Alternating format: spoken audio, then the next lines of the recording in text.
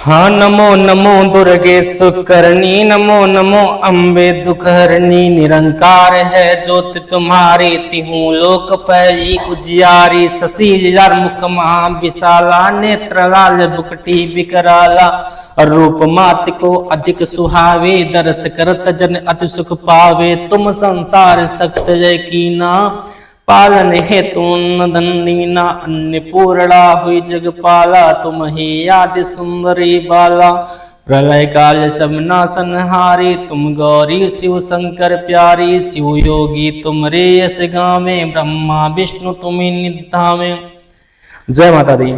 नमस्कार दोस्तों, मैं मनीष श्रीवास्तव मनीष के वीडियो में आपका हार्दिक स्वागत करता हूं। जैसा कि आप जानते हैं, नवरात्र चल रहा है, माँ दुर्गा का इतना पावन दिन चल रहा है। इस पावन दिन में माँ का आशीर्वाद हमेशा आप पर बना रहे। तो चलिए शुरू करते हैं आज का बेहतरीन टॉपिक। जैसा कि आप देख पा रहे होंगे, डिजिटल बोर्ड पर लिखा है, आज का टॉपिक है पास्ट कंटिन्यूअस टेंस। कल मैंने आपको पढ़ाया था पास्ट इंडेफिनिट टेंस। यदि आपने वीडियो को नहीं देखा तो आप जाइए, वीडियो को विजिट करिए, वीडियो को देखिए और वीडियो को देखने के बाद बताइए वीडियो कैसा आपको लगा। और आज का सेशन बिना देर के चलिए शुरू करते हैं। तो जैसा कि आप यहाँ पर देख पा रहे हैं, आज के सेशन में आपको सिखाना चाहता हूं कि आज का सेशन क्या है। आज का सेशन है बाबू पास्ट। पास्ट में होता है भूत और कंटिन्यूअस में होता है अपूर्ण, टेंस में होता है काल। और ये भूत काल का दूसरा रूप है। पहला कौन सा है? इंडेफिनिट है। तो भूत की पहचान होती है था थी थे से, यानी जो समय बीत गया है उसे हम भूतकाल कहते हैं। अर्थात बीता हुआ जो समय है उसे हम भूतकाल कहते हैं। इसकी जो पहचान है वो था थी थे है। जैसे मैंने कल आपको पास्ट इंडेफिनिट टेंस पढ़ाया था, तो कल का समय बीत गया है तो ये पास्ट हो गया। और आगे है कंटिन्यूअस। कंटिन्यूअस की हिंदी होती है अपूर्ण। इसका पहचान होता है रहा रही रहे, यानी मैं आपको पढ़ा रहा था, आप पढ़ रहे थे, तो था थी थे अंतिम में आया है और रहा रही रहे भी साथ में आया है। तो इसको हम पास्ट कंटिन्यूअस टेंस कहेंगे, या यूं कह सकते हैं कि पास्ट की पहचान था थी थे, कंटिन्यूअस की पहचान रहा रही रहे। दोनों को हम जोड़ेंगे, ब्रैकेट को तोड़ेंगे तो हमको मिलेगा रहा था, रही थी, रहे थे। तो जहां पर किसी भी वाक्य अंतिम में रहा था, रही थी, रहे थे आएगा, उसे हम पास्ट कंटिन्यूअस टेंस कहेंगे। इसको शॉर्ट फॉर्म में पीसीटी भी कह सकते हैं। यानी अब आपको इतना नहीं कहना है कि जिस वाक्य क्रियाओं के अंत में रहा था, रही थी, रहे थे आएगा वो हमारा पास्ट कंटिन्यूअस टेंस होगा।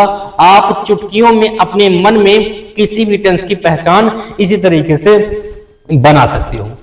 तो आते हैं रूल की। मनीष सर अनुवाद कैसे करेंगे? तो बाबू अनुवाद इस तरीके से करना। सब्जेक्ट दो प्रकार के होते हैं और पहला सब्जेक्ट होता है सिंगुलर। सिंगुलर का मतलब होता है एक वचन, जहां पर ही सी इट होता है उसे एक वचन कहते हैं। और दूसरा जो सब्जेक्ट होता है उसे प्लूरल कहते हैं। प्लूरल फॉर्म होता है बहुवचन। बहुओं के द्वारा बोला गया वचन बहुवचन कहा जाता है। नहीं सॉरी, एक से अधिक व्यक्ति व स्थान की अगर कहीं चर्चा की जाती है, जैसे यू वी दे, तो उसे क्या कहते हैं? उसे कहते हैं बहुवचन। तो आगे कहा गया है, अगर सब्जेक्ट हमारा सिंगुलर होगा, क्या होगा सब्जेक्ट? अगर हमारा सब्जेक्ट सिंगुलर होगा तो बच्चा वहां पर हम हेल्पिंग वर्ब हैज वाज का प्रयोग करेंगे। और अगर सब्जेक्ट हमारा प्लूरल होगा तो वहां पर हेल्पिंग वर्ब वर का यूज करेंगे। तो वर और वेयर में अंतर होता है। अगर कहीं पर WHERE लिखा है तो इसको हम वेयर पढ़ेंगे, और WERE लिखा है तो इसे हम वर्ब पढ़ेंगे। ये WH फैमिली का क्वेश्चन वर्ड है और ये आपका हेल्पिंग वर्ब है, तो इसको हम वर्ब पढ़ते हैं, इसको हम वेयर पढ़ते हैं। तो इस बात का आपको बेहतरीन तरीके से हमेशा ध्यान देना है कि वास्तव में ये क्या होता है। तो ये जो बाबू है आपका, ये आपका वर्ब है। तो कहा गया सब्जेक्ट सिंगुलर रहेगा तो आप वाज का यूज करना, प्लूरल रहेगा तो आप वर का यूज करना। और जो आपका मेन वर्ब होगा, मेन वर्ब में क्या होता है? मुख्य क्रिया, यानी किसी भी सेंटेंस में जो काम करने की बात होती है, पढ़ना, लिखना, सोना, गाना, उठना, बैठना, हंसना, मुस्कुराना, जाना, आना, खेलना, कूदना, सबके अंतिम में ना वर्ड आ रहा है। ना ना ना ना ना, यानी नाना करते प्यार, हाय मैं कर गई। नई टॉपिक पे आओ। तो कहा गया है कि ना वर्ड आएगा तो मेन वर्ड रहेगा, उसके साथ हमको आईएनजी का जोड़ना है, क्योंकि आईएनजी का मतलब होता है कंटीन्यूअस, यानी आईएनजी का फॉर्म में रहा रही रहे। तो रहा रही रहे के लिए हम किसी भी मेन वर्ड के साथ आईएनजी को जोड़ते हैं और उसके बाद हम ऑब्जेक्ट को लिखेंगे। इसी बेस को यहाँ पर फार्मूले मैंने आपके सामने लिखा है। सबसे पहले आप किसी भी अनुवाद को करते समय सब्जेक्ट को लिखोगे, फिर सिंगुलर होने पर वाज, प्लूरल होने पर वर्ब और एमबी के साथ आईएनजी बच्चा, फिर ऑब्जेक्ट, फिर ईटीसी। और आपके सामने एग्जाम्पल के रूप में एक ट्रांसलेशन है। यहाँ पर लिखा हूं कि मैं आपको अंग्रेजी पढ़ा रहा था, तो था वर्ड आया है तो दिमाग में आ गया कि बात किसकी हो सकती है? पास्ट की हो सकती है। रहा वर्ड आया है तो बात मन में आया कि रहा वर्ड कंटीन्यूअस की पहचान है। दोनों को अगर जोड़ दिया तो टेंस क्लियर हो गया कि पास्ट कंटीन्यूअस है। अगर पास्ट कंटीन्यूअस है तो हेल्पिंग वर्ब बाद वर्ब एमवी के साथ आईएनजी। तो आओ करते हैं इसको। तो इसका ट्रांसलेशन होगा मैं को इंग्लिश में क्या कहते हैं? आई।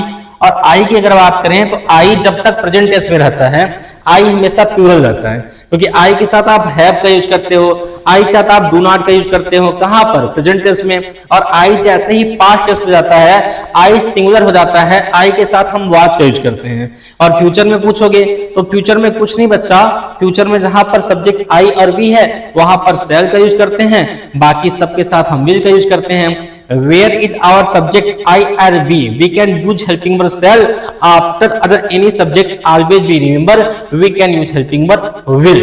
यानी जहां पे I और we रहेगा फ्यूचर में वहां पर तो हम shall का यूज करेंगे, बाकी हर जगह हम will का यूज करेंगे। तो ये तो हो गई बात फ्यूचर की। तो पास्ट में हमेशा I क्या होता है? सिंगुलर होता है। प्रेजेंट में I क्या होता है? प्लूरल होता है। फ्यूचर में आई के साथ शैल लगता है। तो कोई कभी पूछे कि आई सिंगुलर होता है कि प्लूरल होता है तो उसको बताएंगे कि आई जब तक प्रेजेंट में रहता है आई प्लूरल रहता है, और आई जैसे ही पास्ट में रहता है आई सिंगुलर होता है, फ्यूचर में आई के साथ शैल लगता है। तो ये था आपका बहुत ही मोस्ट इंपॉर्टेंट टॉपिक। अब आगे देखो, वाच क्यों किया? क्योंकि आई पास्ट में सिंगुलर हो गया, हेल्पिंग वर्ब है, और टीच माने पढ़ाना होता है, आईएनजी का मतलब रहा रही रहे, यू मींस आपको या तुम्हें, इंग्लिश में अंग्रेजी होता है। तो ये ए है, ए फॉर क्या होता है? अफर्मेटिव होता है। जब कभी इस टेंस का हमें निगेटिव बनाना हो तो यहाँ पर आप देखिए ध्यान से, निगेटिव फॉर्मेशन में सब्जेक्ट अगर सिंगुलर रहेगा तो वहां पर हम वाज नॉट लिखेंगे, सब्जेक्ट अगर हमारा प्लूरल रहेगा तो वहां पर हम वर नॉट लिखेंगे, और जो मेन वर्ब होगा उसके साथ आपको बताया हूं आईएनजी लिखना है, फिर आपको ऑब्जेक्ट लिखना है, फिर आपको ईटी सीखना है। ये मेरी सिग्नेचर है और ये आज की दिनांक है 2/4/2025। तो इसको हम निगेटिव फॉर्मेशन में करेंगे तो हो जाएगा I was not teaching you English. इसकी हिंदी होगी मैं आपको अंग्रेजी नहीं पढ़ा रहा था। अगर यही ट्रांसलेशन होता कि क्या मैं आपको अंग्रेजी पढ़ा रहा था तो इंट्रोगेटिव फॉर्मेशन होता। इंट्रोगेटिव जैसा कि मैंने आपको बताया था पिछली वीडियो में, दो प्रकार के होते हैं बच्चा। जब कभी भी कोई अनुवाद करते समय क्या शब्द अगर पहले आता है तो उस ट्रांसलेशन का जो हेल्पिंग वर्ब होता है उसको हम पहले लिखते हैं और सब्जेक्ट को अंदर करते हैं। तो यहाँ पर देखो आपके पास वाज अंदर है, इसको बाहर करो, डब्ल्यू कैपिटल लेटर्स कर दो, ये अंदर है तो स्मॉल लेटर से है बच्चा, और अगर आई को बाहर है तो इसको अंदर कर लो, टीचिंग के स्थान पे टीचिंग लिख दो, यू के स्थान पे यू, इंग्लिश के स्थान पे इंग्लिश, और अंतिम में क्वेश्चन मार्क, और I for interrogative part number first. और इसकी हिंदी क्या होगी?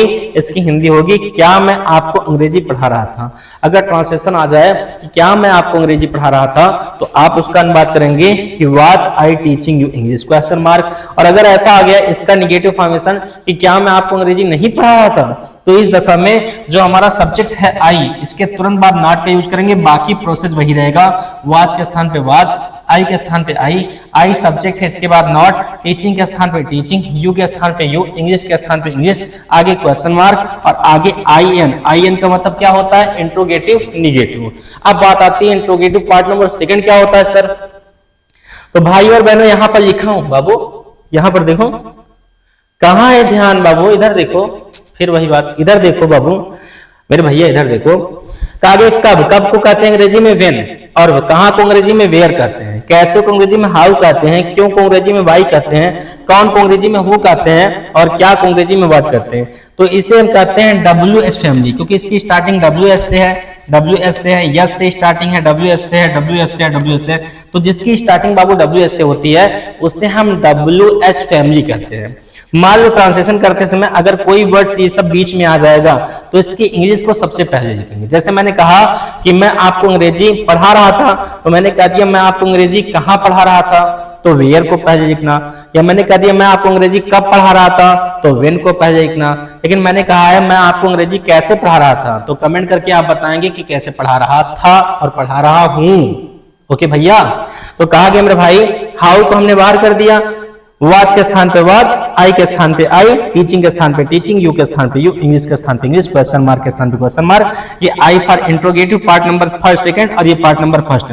जैसे पार्ट नंबर फर्स्ट का निगेटिव बना है वैसे पार्ट नंबर सेकंड का निगेटिव क्या बनेगा? जो सब्जेक्टवा नहीं है भैया, इस सब्जेक्टवा के बाद नॉट कर दीजिए। जैसे यहाँ पे आई के बाद नॉट की हो वैसे यहाँ भी कर दो, तो हो जाएगा how was I not teaching you English. इसका हिंदी क्या होगा कि मैं आपको अंग्रेजी कैसे नहीं पढ़ा रहा था, यानी कैसे लग रहा था आपको, उसको आपको बताना है। तो ये था आज का प्यारा सा सेशन, आप देख पा रहे हैं पास्ट कंटीन्यूअस टेंस। आप इसका स्क्रीनशॉट लीजिए, फिर मैं आगे बात करता हूं।